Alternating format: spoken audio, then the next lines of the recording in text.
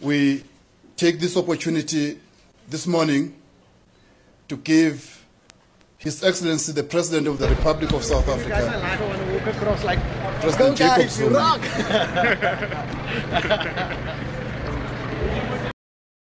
national importance. Your Excellency, the President.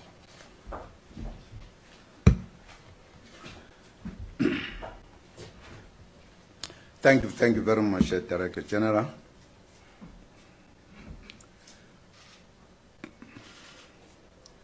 The Minister of Finance, the Governor and Deputy Governor of the South African Reserve Bank, Deputy Minister of Finance, ladies and gentlemen of the media.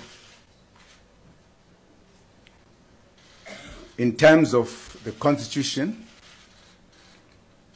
the primary objective of the South African Reserve Bank is to protect the value of the currency in the interests of balanced and sustainable economic growth in the Republic. The Reserve Bank must perform its functions independently and without fear, favor, or prejudice. During the past 5 years, the bank performed its functions in the context of a tough global financial crisis and challenging domestic economic factors. The institution registered excellent performance during this difficult period under the capable leadership of the board, the Governor, Ms. Jill Marcus, and the Deputy Governors. As you are aware, Ms. Marcus will leave the bank at the end of her term on the 8th of November 2014. I would like to thank Ms. Marcus for her sound leadership, commitment and dedication which has enabled the bank to perform as well as it has done under the difficult economic climate. Ladies and gentlemen, it is my pleasure today to announce my decision to appoint Mr. Lesetja Kganyago as Governor of the South African Reserve Bank with effect from the 9th of November 2014. I appointed Mr. Kganyago as Deputy Governor on the Reserve Bank in 2011, which should enable a smooth transition to his new position as he is already part of the team. The Governor-designate has wide-ranging experience in financial markets. He is highly regarded for his extensive knowledge and expertise of the South African global financial systems.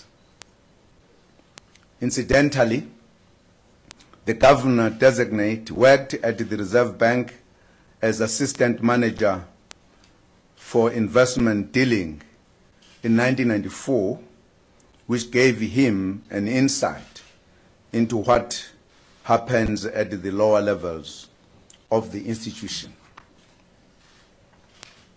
The Governor-designate also brings an experience of having served in government at a top management level as a former Director General of the National Treasury from 2004. He had joined the Treasury in 1996. During his tenure as Director General, he successfully steered several public finance and financial market reforms. As DG of the Treasury, he led South Africa's technical team to various meetings of G20 ministers of finance and governors and the G20 presidential summits. The governor-designate holds, among other qualifications, a Master of Science degree in Development Economics from the University of London's School of Oriental and African Studies, and a Bachelor of Commerce degree in Accounting and Economics from the University of South Africa. Among various positions earlier in his career, Mr. Kganyago served as economics coordinator and accountant for the African National Congress and as an accountant for COSATU. I wish Mr. Kganyago all the best in this new responsibility. I have no doubt that he will acquit himself as proficiently in this new role as he has previously done in other strategic positions. We have now begun the process of filling the vacancy of Deputy Governor that will be created, and an announcement will be made in due course. I thank you.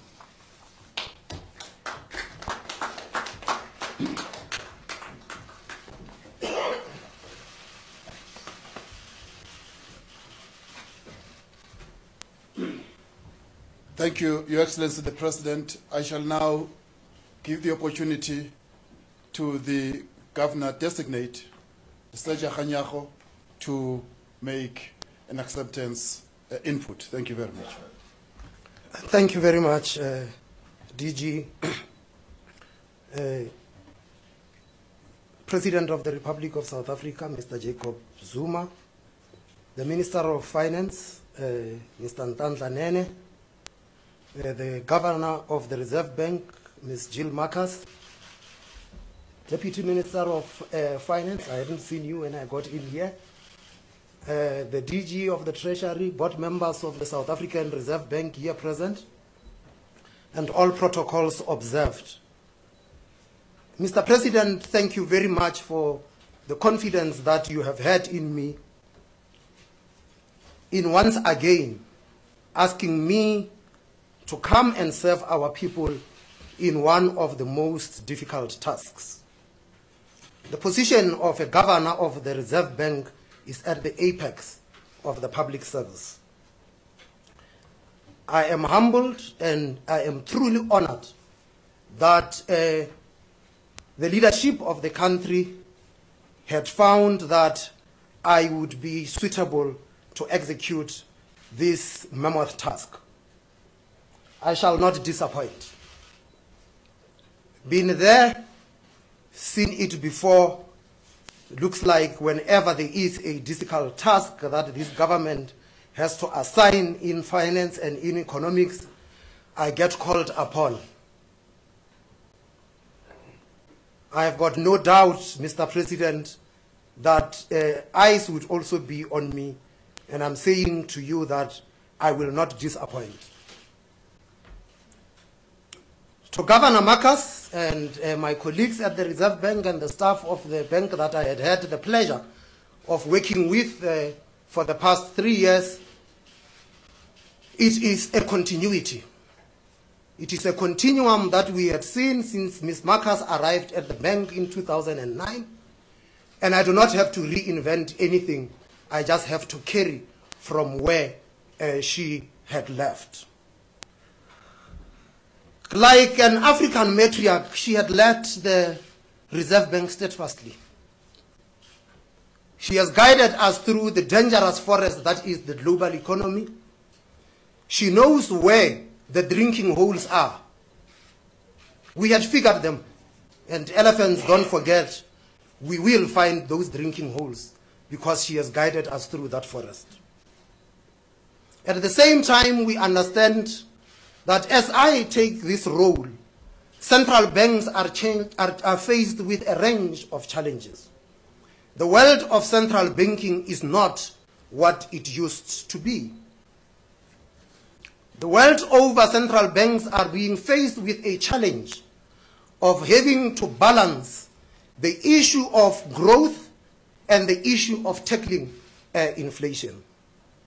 Lessons from the global financial crisis also tell us that the singular task of the central bank of exclusively focusing on price stability is not enough to make sure that economic crises do not materialize. Hence, the world over, central banks have had this added mandate of financial stability. The Central Bank of South Africa, the South African Reserve Bank, had also been tasked in a letter from the Minister of Finance that said that we now have an explicit mandate with respect to financial stability. These twin mandates are what we will continue to espouse, and we will be able to pursue these mandates as our Constitution tasks us to do. And maybe let me reiterate what the President had said, because as the President was saying this, he was quoting from Section 224 of the Constitution of the Republic of South Africa. Just in case you forgot what that section of our Constitution says, it says the primary object of the South African Reserve Bank is the protection of the value of the currency in the interests of balanced and sustainable growth in the Republic. But it also goes further. It says, but there shall be regular consultation between the South African Reserve Bank and the cabinet member responsible for national financial matters. He is here. I know where his office is. I know where he stays. I have his telephone number. I will make sure that those regular consultations actually do take place. Mr. President, I think as you assigned me this task, I also had a sense that you are bestowing on me trust. And I have got no doubt that the trust that you are bestowing in me is what our people are also bestowing in me. The people of our country have always bestowed this trust in me in the various positions that I have been privileged enough to serve in. I do not take this trust for granted. And in espousing this trust, I have got no doubt that in executing the mandate of the Reserve Bank, I will live to the ideals that the Constitution holds the Reserve Bank to, of pursuing our mandate without fear, favor, or prejudice. Thank you.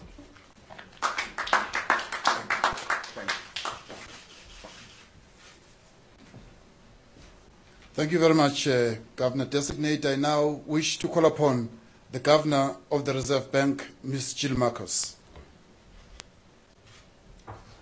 Thank you, Mr. President. Thank you so much. Thank you. Minister. And above all, come. That's it. Now you stand here. Mr. President, I'd like to really, on behalf of the bank, to thank you for the confidence that you've had in all of us. For the 5 years, it's been my privilege to lead this very august institution, and for choosing a successor from within the bank. And I think that's a hallmark of the depth and the strength of the organization that we have been part of and been privileged to be part of. And it is a reflection of the depth of the knowledge, of the choice that we have, of the skill, but above all of the commitment and the trust that the people of South Africa and the leadership of South Africa have in the bank and in the people who lead it. And therefore, it is a particular privilege Come, don't go sit. This is your place now, my dear. And the question around it is really to say, I wish you well.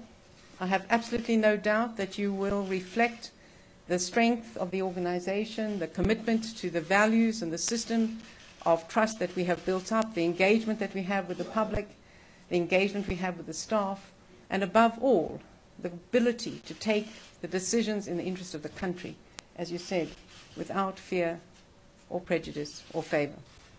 And it really is on my part to say to you, you're going to have an amazing experience.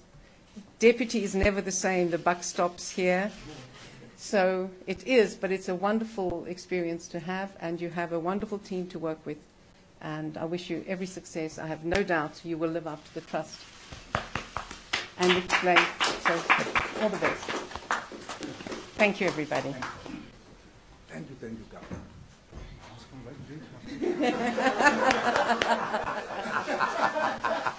Thank you very much.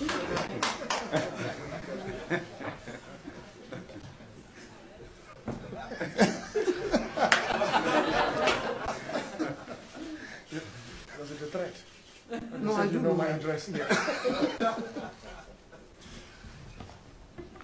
Your Excellency, the President, Minister of Finance, Governor of the Reserve Bank, Governor Designate of the Reserve Bank, I now wish to take this opportunity to thank the media for being here with us today. What we'd like to do is to provide an opportunity for a photo shoot. I will start by requesting His Excellency the President to come to the fore with the Minister of Finance, the Governor of the Reserve Bank, and the Governor Designate to take the first photo. Thereafter, I will then direct what the next photo would be.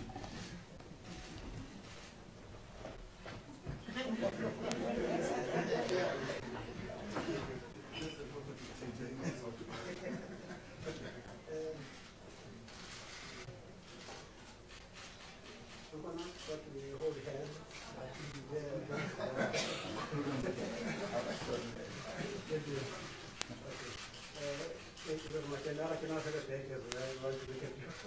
Thank you very much. Thank you very much. Thank you. Okay, I will now ask that the President, the Minister of Finance, and the Governor Designate take a photo.